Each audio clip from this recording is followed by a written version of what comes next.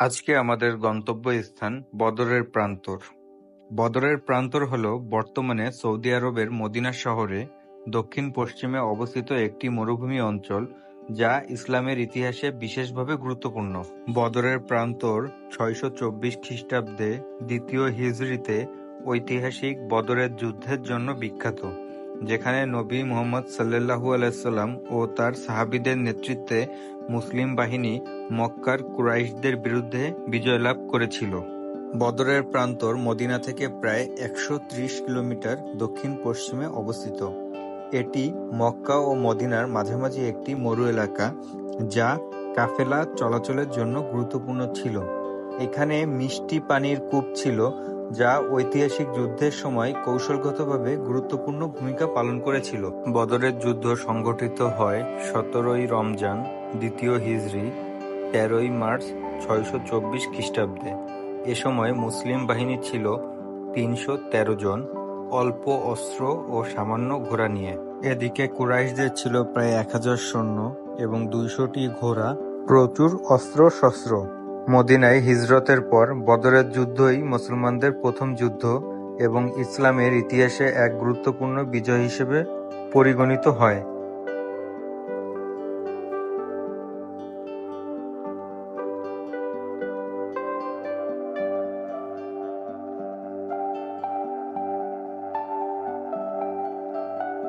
বদর ছিল একটি মরুভূমি এলাকা, যেখানে স্বল্প সংখ্যক পানির উৎস ছিল। কূপগুলোর দখল নেয়ার মাধ্যমে মুসলমানরা যুদ্ধের কৌশলগত সুবিধা অর্জন করতে সক্ষম হয়।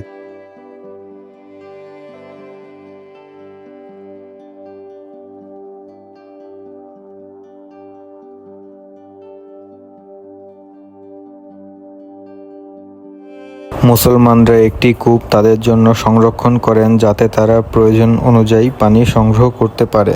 কুরাইশ বাহিনী পানির সংকটে পড়ে, যা তাদের শারীরিক ও মানসিক শক্তি দুর্বল করে ফেলে।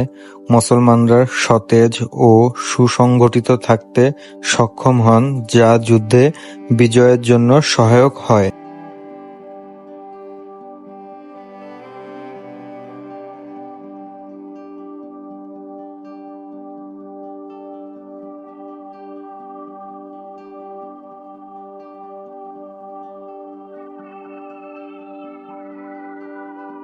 মুসলমানরা জানতে পারেন যে আবু সুফিয়ানের নেতৃত্বে কুরাইশের একটি বিশাল ব্যবসায়িক কাফেলা সিরিয়া থেকে মক্কার পথে ফিরছে। এটি আক্রমণ করলে কুরাইশদের অর্থনৈতিকভাবে দুর্বল করা সম্ভব। বদরের যুদ্ধে মহানবী হযরত মুহাম্মদ সাল্লাল্লাহু আলাইহি সাল্লামের সাথে মুসলিম বাহিনীতে ছিলেন আলী ইবনে আবি তালিব আলাইহিস সালাম, হামজা ইবনে আব্দুল মুত্তালিব রাদিয়াল্লাহু, আবু বকর, উমর ইবনুল খাত্তাব, মুসাব ইবনে উমাইর, জুবাইর ইবনুল আওয়াম, আম্মার ইবনে ইয়াসির ও আবু জার আল গিফারি রাদিয়াল্লাহু। এ যুদ্ধে মুসলিম বাহিনীর সংখ্যা ছিল ৩১৩ জন। মুসলিমদের সাথে ৭০টি উট ও ২টি ঘোড়া ছিল। মুহাম্মদ সাল্লাল্লাহু আলাইহি সাল্লাম সার্বিক নেতৃত্বের জন্য মুসাব ইবনে উমাইরকে একটি সাদা পতাকা প্রদান করেন। মুজাহিদদের ও আনসারদের জন্য একটি করে কালো পতাকা যথাক্রমে আলী ইবনে আবি তালিব এবং সাদ ইবনে মুআজকে প্রদান করা হয়।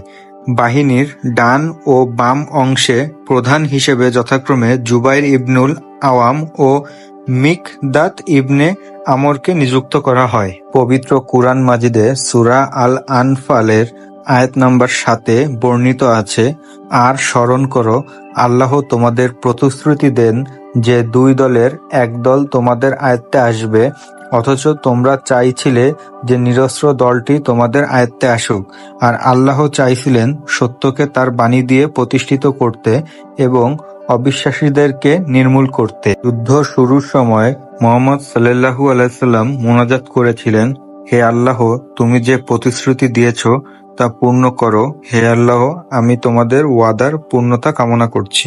মূলত বদর ছিল দুই বাহিনীর মধ্যে প্রথম বড় আকারের যুদ্ধ। এই যুদ্ধে সুসংগঠিত মুসলমানরা মক্কার সৈনিকদের সারি ভেঙে ফেলতে সক্ষম হয়।